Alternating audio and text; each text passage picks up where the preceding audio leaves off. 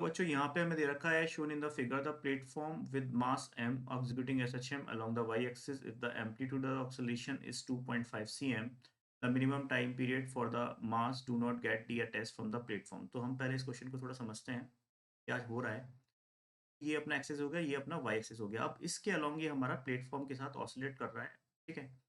अब आप लोग यहाँ पे देखोगे कि जब ये ऊपर जा रहे होंगे दोनों, है ना, तो कोई डी अटैच नहीं होगा बिकॉज इस पर जो सूडो फोर्स है स्मॉल एम पे वो इस तरफ लग रहा होगा। अब अगर हम मैक्सिमम पॉइंट की बात करें तो प्लेटफॉर्म जब मैक्सिमम एक्सेलेरेशन पे क्या होगा, प्लेटफॉर्म अपनी डायरेक्शन को नीचे की तरफ लाएगा, मतलब इस पर जो एक्सेलेरेशन होगा इधर होगा। अब जो हमारा मास है उसका एक्सेलेरेशन किधर होगा, बिकॉज इसको एक सूडो फोर्स मिल रहा होगा which is we can write that is equal to a max that is omega square x। तो यहाँ पे हम लोग a max की वैल्यू देते हैं that is your omega square x and यहाँ पे अपना x भी क्या होगा that is equal to the maximum amplitude that is a, है ना।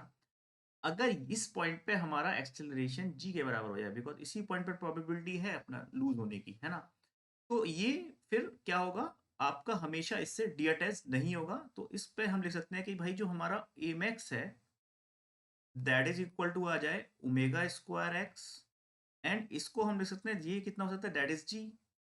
तो ये कितना हो जाए this is omega square into A. अब ए की जो वैल्यू है वो आपको दी हुई है दैट इज 2.5 cm, है ना। तो हम इसको कन्वर्ट कर ले 2.5 cm को मीटर में कन्वर्ट करेंगे तो ये आ जाएगा डिवाइडेड बाय 100।